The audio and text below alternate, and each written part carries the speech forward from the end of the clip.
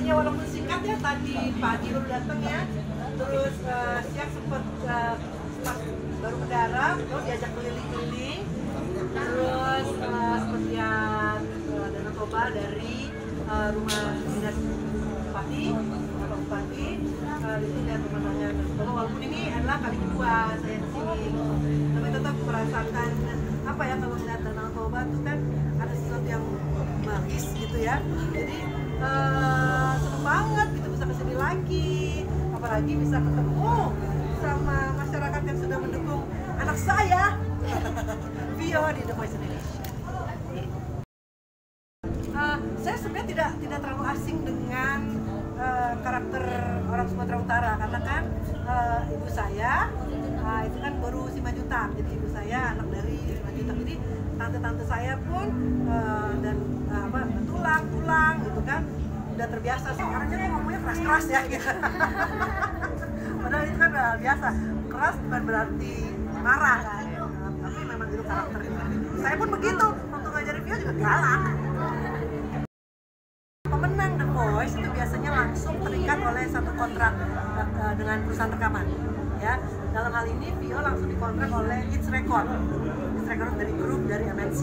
Nah, saya tidak bisa itu terlalu banyak lagi campur, karena mereka pasti sudah punya konsep, sudah punya rencana-rencana buat Vio, tapi mereka juga terbuka dengan misalnya kalau saya kasih saran, kalau saya membantu atau apa, mereka dengan tangan terbuka menerima saya, memberikan saran. Jadi saya juga nggak lepas sama sekali sih, karena saya juga ingin Vio berhasil gitu.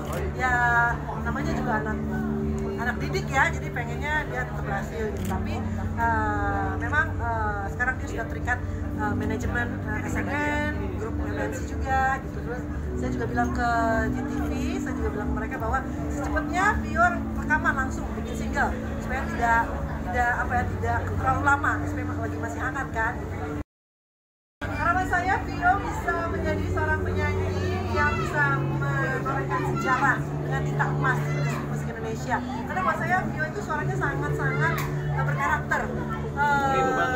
Iya, saya tuh senangnya dia tuh setiap lagu yang dia nyanyikan tuh bikin enak gitu. Nggak terasa bosan kan, dan dia menyanyikan lagu orang pun menjadi lagu dia gitu, karena dia menyanyikannya approach-nya dengan cara dia gitu. Terus jadi enak aja buat saya tuh Vio tuh harus berhasil gitu di industri musik Indonesia. Ini ya masih cari-cari ya formulanya apa yang tepat, karena yang pasti sih saya pengen Vio itu genrenya sih tetap pop, saya rasa sih, karena terlalu R&B juga takutnya nanti pangsa pasarnya segmented gitu. Kalau pop kan lebih luas, dan sepertinya yang memilih Vio, yang vote untuk Vio adalah notabene penggemarnya Vio kan, berarti mereka ingin Vio pasti lebih nge-pop gitu. Saya sih kebayangnya kedepannya tuh lebih nge-groove gitu, lebih mengisi ini.